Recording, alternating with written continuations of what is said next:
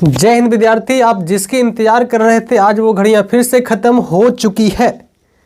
Physics का हम daily objective लेके आ रहे हैं। 1 से 2 दिन के अंदर में क्या हुआ ना कि टाइमिंग थोड़ा कम गया। इसलिए कम गया कि हम डेली मार्कर का इंक लाने भूल जाते थे और जब बोर्ड पे लिखते थे उगता ही नहीं था। कल आपने देखा होगा कि बड़ा कम लाइट दे रहा था, दिख कम रहा होगा। तो आज हम लोग इंक लेके आ गए हैं। जो भी क्वेश्चन बैंक का बचा हुआ है सारा क्वेश्चन करवाने वाले हैं। तो ध्यानपूर्वक सभी लोग वीडियो को देखें और आज से हम लोग क्वेश्चन बैंक का सारा ऑब्जेक्टिव 12 साल का भी करेंगे। जिस तरह से हम लोग लॉन्ग क्वेश्चन कर चुके हैं, शॉर्ट क्वेश्चन कर चुके हैं फिजिक्स का और केमिस्ट्री का कर ही रहे हैं, अब उसी प्रकार से ऑब्जेक्टिव का सारा 12 ईयर का खात्मा करेंगे, केमिस्ट्री का भी खात्मा करेंगे और साथ साथ फिजिक्स का जितना भी चैप्टर है उन सभी का ऑब्जेक्टिव कराया जाएगा। केमिस्ट्री का जितना भी चैप्टर है उन सभी का ऑब्जेक्टिव कराया जाएगा और अच्छे अच्छे क्वेश्चन भी आने वाले हैं। तो विद्यार्थी हमारे चैनल को जल्द से जल्द सब्सक्राइब कर ले, क्योंकि अभी आपके पास 20 दिन समय है और यही 20 दिन में अच्छे अच्छे वीडियो आएगी जो आपको एग्जाम में अच्छे परफॉर्मेंस करवाएगी। ये वीडियो है ना। तो बेस्ट ऑफ लक सभी को। आप लोग ध्यानपूर्वक पढ़ें, ज़्यादा टाइम इधर उधर ना बर्बाद करें क्योंकि अब समय कम है।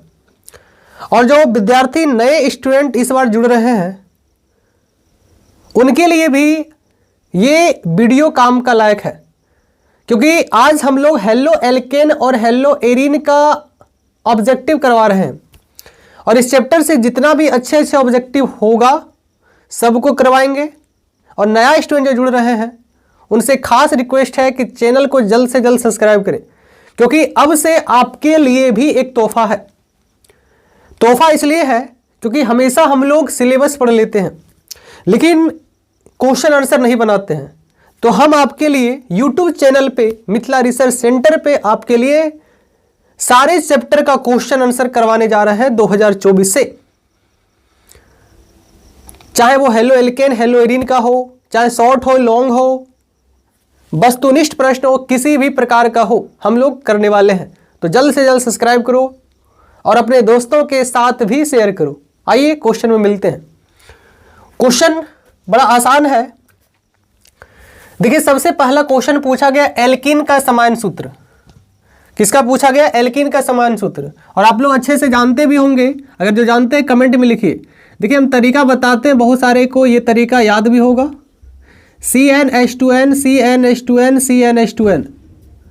अगर आप इसमें 2 जोड़ते हैं तो ये बन जाएगा एल्केन। क्या बन जाएगा? एल्केन। कुछ नहीं जोड़ते हैं तो ये रहेगा आपका एल्कीन। अगर आप 2 घटाते हैं तो ये हमारा बन जाएगा एल्काइन। क्या बन जाएगा? एल्काइन। तो 2 सटाइए, 2 हटाइए, 2 घटाइए। अगर 2 सटाइएगा तो एल्केन बनेगा, 2 हटाइएगा तो एल्कीन बनेगा और 2 घटाइएगा तो एल्काइन बनेगा। तो देखिए सबसे पहला सवाल आपसे पूछा गया कि एल्कीन का समान सूत्र होता है, तो बताओ एल्कीन का क्या होता है? CnH2n। कैसा लगा? सभी लोग जानते होंगे। अब देखिए इथेन में कार्बन का संकरण पूछा गया, बड़ा आसानी से जवाब दे सकते हैं। आपको पता होना चाहिए, यदि सिंगल बॉन्ड होगा तो उसको हम लोग सिग्मा बोलते हैं, डबल बॉन्ड होगा तो एक हमारा सिग्मा होता है, एक हमारा पाई होता है, ट्रिपल बॉन्ड होगा तो एक हमारा सिग्मा होता है, 2 पाई होता है। ये आपको पता है। तो यहां पे देखिए आपसे पूछा गया इथेन में कार्बन का संकरण, और संकरण आपको निकालने के लिए भी आता होगा। अगर आप ऑफलाइन सेंटर में पढ़े होंगे या फिर कहीं भी पढ़े होंगे तो आपको जरूर पता होगा। संकरण निकालने का तरीका है sigma bond plus lone pair, lone pair, lone pair. और आपको पता है यदि 2 होगा तो उसके लिए संकरण sp होगा, 3 होगा तो उसके लिए संकरण sp3 होगा, 4 होगा तो उसके लिए संकरण यहाँ पे sp2 होगा, यहाँ पे sp3 होगा, 5 होगा तो यहाँ हो जाएगा sp3d हो जाएगा, 6 होगा तो आपके लिए हो जाएगा संकरण sp3d2। यदि sigma bond plus lone pair की संख्या 2 होगा तो संकरण sp, यदि sigma bond plus lone pair की संख्या 3 होगा तो sp2, 4 होगा तो sp3, 5 होगा तो sp3d2, 6 होगा तो sp3d2। ये आपको पता है। तो आप सबसे पहले बताओ इथेन, इथेन जो होता है वो एल्केन ग्रुप का है, और इथेन का मतलब बताओ कितना कार्बन, 2 कार्बन, और एल्केन ग्रुप में कार्बन और कार्बन के बीच कौन सा बॉन्ड होता है, सिंगल बॉन्ड। और आपको पता है एक कार्बन 4 बॉन्ड बनाता है, तो बताइए सिग्मा प्लस सिग्मा, क्योंकि सिंगल बॉन्ड को क्या बोलते हैं, सिग्मा, सिग्मा सिग्मा। तो बताओ इस कार्बन का भी 4 सिग्मा और इस कार्बन का भी 4 सिग्मा, तो बताइए कहीं लॉन पेयर दिख रहा है क्या, केवल 4 सिग्मा और लॉन पेयर 0 है, तो 4 प्लस 0 अर्थात 4 आएगा, अर्थात इन दोनों को जोड़ने के बाद 4 आया, और यदि 4 आएगा तो भाई साहब संकरण हो जाएगा sp3। बड़ा आसान क्वेश्चन है। इथाइन में पाई बॉन्ड की संख्या, इथाइन में पाई बॉन्ड की संख्या बड़ा आसान है। आपको पता है इथाइन एल्काइन ग्रुप का है, और इथाइन बोले तो 2 कार्बन, और एल्काइन ग्रुप में कार्बन और कार्बन के बीच 4 बॉन्ड, कार्बन और कार्बन के बीच 3 बॉन्ड होता है, और एक कार्बन 4 बॉन्ड बनाता है, एक कार्बन 4 बॉन्ड बनाता है। तो आप ये बताइए पाई तभी बनेगा जब डबल दिखेगा, पाई तभी बनेगा जब ट्रिपल दिखेगा। तो सिंगल के लिए तो पाई का कोई चांस ही नहीं है, सिंगल के लिए सिग्मा ही होता है। तो यहाँ पे ना ही डबल दिख रहा है, ओनली दिख रहा है सिंगल और ट्रिपल, तो सिंगल का कोई चांस नहीं बनता है, डबल का भी कोई चांस नहीं बनता है, ट्रिपल में चांस बनता है। तो बताइए ट्रिपल में चांस होगा तो यहाँ पे ट्रिपल बॉन्ड, और ट्रिपल बॉन्ड होगा तो बताइए पाई बॉन्ड की संख्या कितना हो जाएगा भाई, 2, क्योंकि एक सिग्मा होता है 2 पाई होता है। तो बताइए इथाइन में पाई बॉन्ड की संख्या कितना हो जाएगा, 2। बड़ा आसान है। अगला क्वेश्चन, सामान्य सूत्र CnH2n+2 किसका होता है, अभी जस्ट आपने पढ़ा एल्केन का होता है। किसका होता है भाई साहब, एल्केन का होता है। अगला सवाल, हीरा में कार्बन का संकरण। अगर आप हीरा के बारे में पढ़े होंगे तो आपको पता है हीरा का जो भी स्ट्रक्चर है, अगर आप हीरा का स्ट्रक्चर देखिएगा तो सब में कार्बन कार्बन कार्बन लटका होता है, तो हीरा में कार्बन पाया जाता है। अगर आप इसका स्ट्रक्चर देखेंगे तो कार्बन से कार्बन एक दूसरे से कनेक्ट होते हुए चले जाता है, और सभी में सिंगल बॉन्ड के साथ ही कनेक्ट होता है। तो अगर सिंगल बॉन्ड के साथ कनेक्ट हो रहा है कार्बन, तो आपको पता है एक कार्बन 4 बॉन्ड बनाता है, और 4 बॉन्ड के लिए संकरण sp3 होता है। आप ऐसे भी याद रख सकते हैं कि हीरा में कार्बन होता है, और कार्बन हमेशा 4 बॉन्ड बनाता है, स्ट्रक्चर के अनुसार भी बता रहे हैं।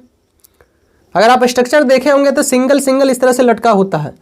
तो बताइए अगर हीरा है तो उसमें कार्बन है, कार्बन का संकरण क्या होता है, क्योंकि कार्बन इस प्रकार से लटका हुआ होता है। अगर आप पढ़े होंगे ऐसे कुछ लटका होता है कार्बन, तो हर जगह आपको सिंगल बॉन्ड के साथ ही दिखेगा। अगर स्ट्रक्चर दिखेंगे तो एक कार्बन 4 बॉन्ड बनाता है, तो इसलिए इसका संकरण हो जाएगा sp3। स्ट्रक्चर हम नहीं बनाए। आगे बताइए, कार्बनिक यौगिक में तत्व उपस्थित होना चाहिए। कार्बनिक यौगिक आपको पता है किससे बनता है, कार्बन से, इसलिए कार्बनिक यौगिक में कार्बन तत्व उपस्थित जरूर होता है।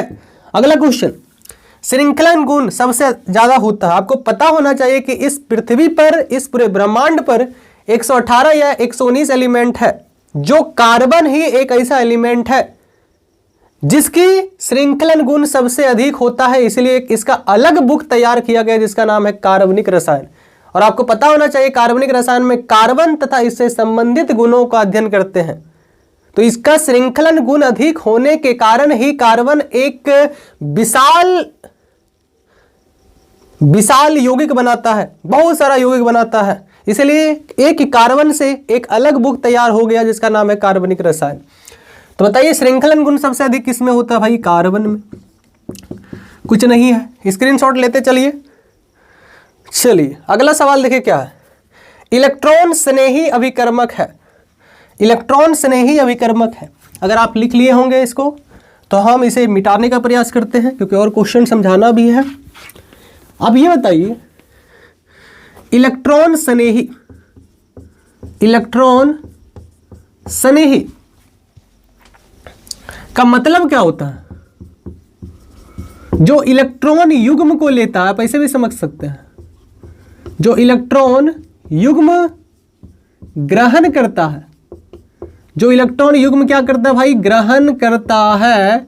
और आपको यह भी पता होना चाहिए इलेक्ट्रॉन का मतलब होता है इलेक्ट्रॉन और स्नेही का मतलब होता है प्यार करना, अर्थात प्यार करने वाला बोल सकते हैं। इलेक्ट्रॉन से प्यार करने वाला, तो इलेक्ट्रॉन से प्यार कौन करेगा, प्लस वाला करेगा।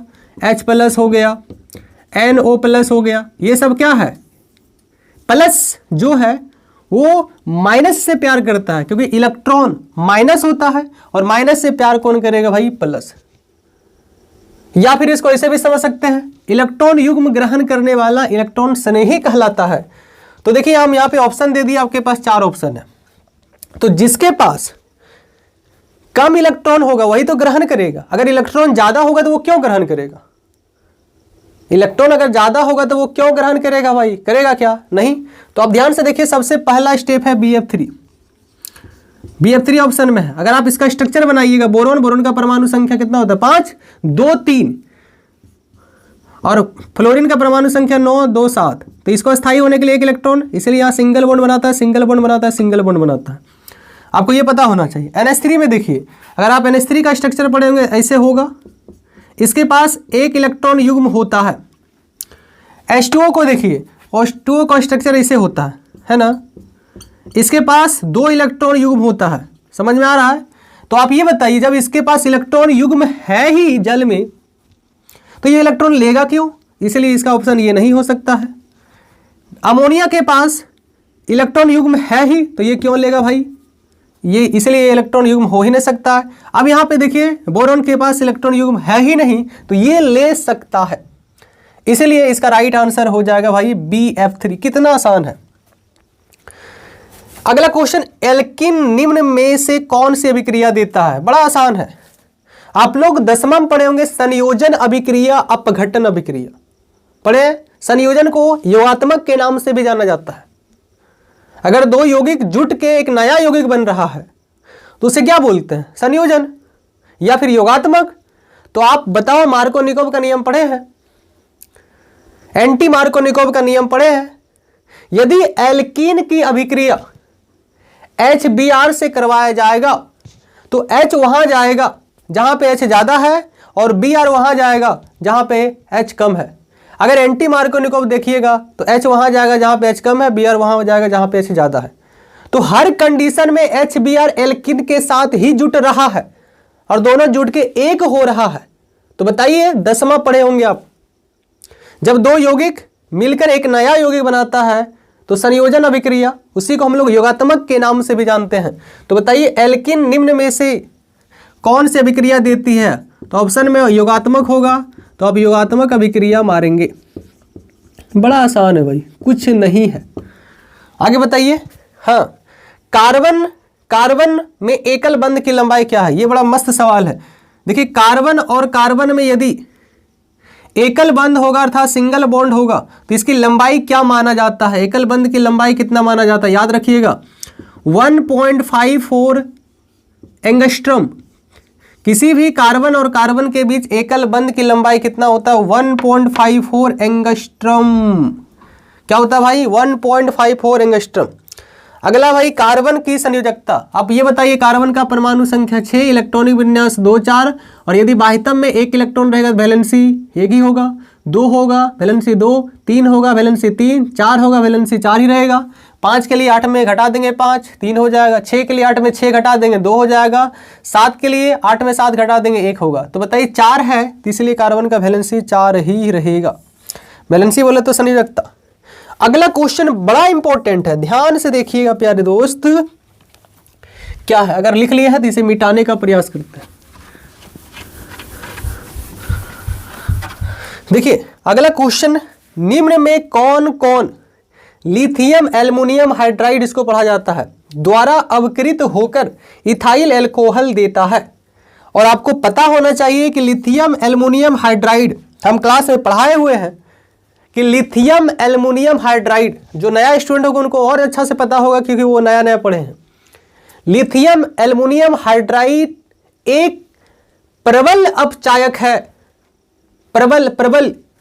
और अपचायक का मतलब होता है अपचयन कराने वाला, अर्थात जो H को देता है। तो आप याद रखेंगे H देता है कौन? लिथियम एल्युमिनियम हाइड्राइड, क्योंकि ये सबसे प्रबल अपचायक माना जाता है। और याद रखिएगा, अगर आप पढ़े होंगे तो आपको मालूम होगा ये एक अच्छे अपचायक है। अगर आप चैप्टर पढ़े होंगे तो आप ये बताइए, एल्कोहल फिनॉल ईथर में शायद पढ़ाए होंगे, नहीं इसमें पढ़ाए होंगे, एल्डिहाइड कीटोन कार्बोक्सिलिक में। नया स्टूडेंट अगर पढ़े हैं तो बताइएगा। आप लोग पढ़े होंगे कि यदि एल्डिहाइड कीटोन और कार्बोक्सिलिक, ये है ना नया चैप्टर, आप लोग वहां पढ़े होंगे कि हमारा जो है अपचायक द्वारा एल्कोहल शायद है और एक है हमारा कीटोन और एक है हमारा, शायद इसी प्रकार से होगा। अगर आप पढ़े होंगे तो आपको जानकारी होगा। तो आइए सबसे पहले इधर देखते हैं, ध्यान में नहीं आ रहा है, हम आंसर बताएंगे कि यहां पे पूछ रहा है एल्कोहल कौन देगा। तो एल्कोहल देने वाला शायद एक कीटोन होता है, शायद हाँ याद हो गया, कीटोन होता है एल्कोहल देने वाला, और आपका एल्डिहाइड भी होता है एल्कोहल देने वाला, और शायद आपका एक होगा एस्टर। ये सारा का सारा क्या देता है? एल्कोहल। तो सबसे पहले बताइए, ये तो ना ही, अगर देखिएगा तो ये पूरा ध्यान से देखिए, ये तो ना ही एल्डिहाइड है ना ही कीटोन है। ये भी देखिए ध्यान से, ना ही एल्डिहाइड है ना ही कीटोन है। ये ध्यान से देखिए, ये भी ना ही एल्डिहाइड है ना ही कीटोन है। लेकिन ये देखिए आपका एस्टर दिख रहा है, दोनों तरफ R है और यहाँ पे क्या है CO। तो ध्यान से देखिए, इसको अगर बनाने का प्रयास करेंगे तो देखिए यहाँ पे क्या है CH3, फिर हमारा सिंगल बॉन्ड ऑक्सीजन कार्बन के साथ डबल बॉन्ड बनाता है, फिर यहाँ पे ऑक्सीजन है, फिर है C2H5। बताइए इसका क्या करवाएंगे? अपचयन कराने वाले को क्या बोलते हैं? अपचायक। तो ये एक सबसे प्रबल अपचायक है, और अपचायक अपचयन करवाता है। अपचायक क्या करवाता है भाई? अपचयन। तो आप ये बताइए, अगर यहां से बॉन्ड टूट गया तो एक बॉन्ड इसका भी टूटा, एक बॉन्ड इसका भी टूटा, अर्थात एक H इधर मिलेगा, एक H इधर मिलेगा। तो बताओ क्या बन रहा है? CH3 सिंगल बॉन्ड CO, इधर बन गया एल्डिहाइड, और इधर बन गया C2H5 और O के साथ H कनेक्ट हो गया। तो क्या बन गया? Ethyl alcohol. तो यही तो पूछ रहा है, कौन इथाइल अल्कोहल दे रहा है? तो इसमें राइट आंसर होगा ऑप्शन डी कि एस्टर हमारा जो है ये इथाइल अल्कोहल देगा। कितना आसान है, बड़ा आसान है। तो जल्दी से जल्दी वीडियो को लाइक करें, सब्सक्राइब करें। आने वाले क्वेश्चन और इंपॉर्टेंट है, जो एग्जाम के लिए बहुत ज्यादा मोस्ट इंपॉर्टेंट होने वाला है। तो प्लीज सब्सक्राइब, आप लोग सब्सक्राइब करते हैं कीजिए। तो मिलते हैं नेक्स्ट वीडियो में। जय हिंद, नमस्कार।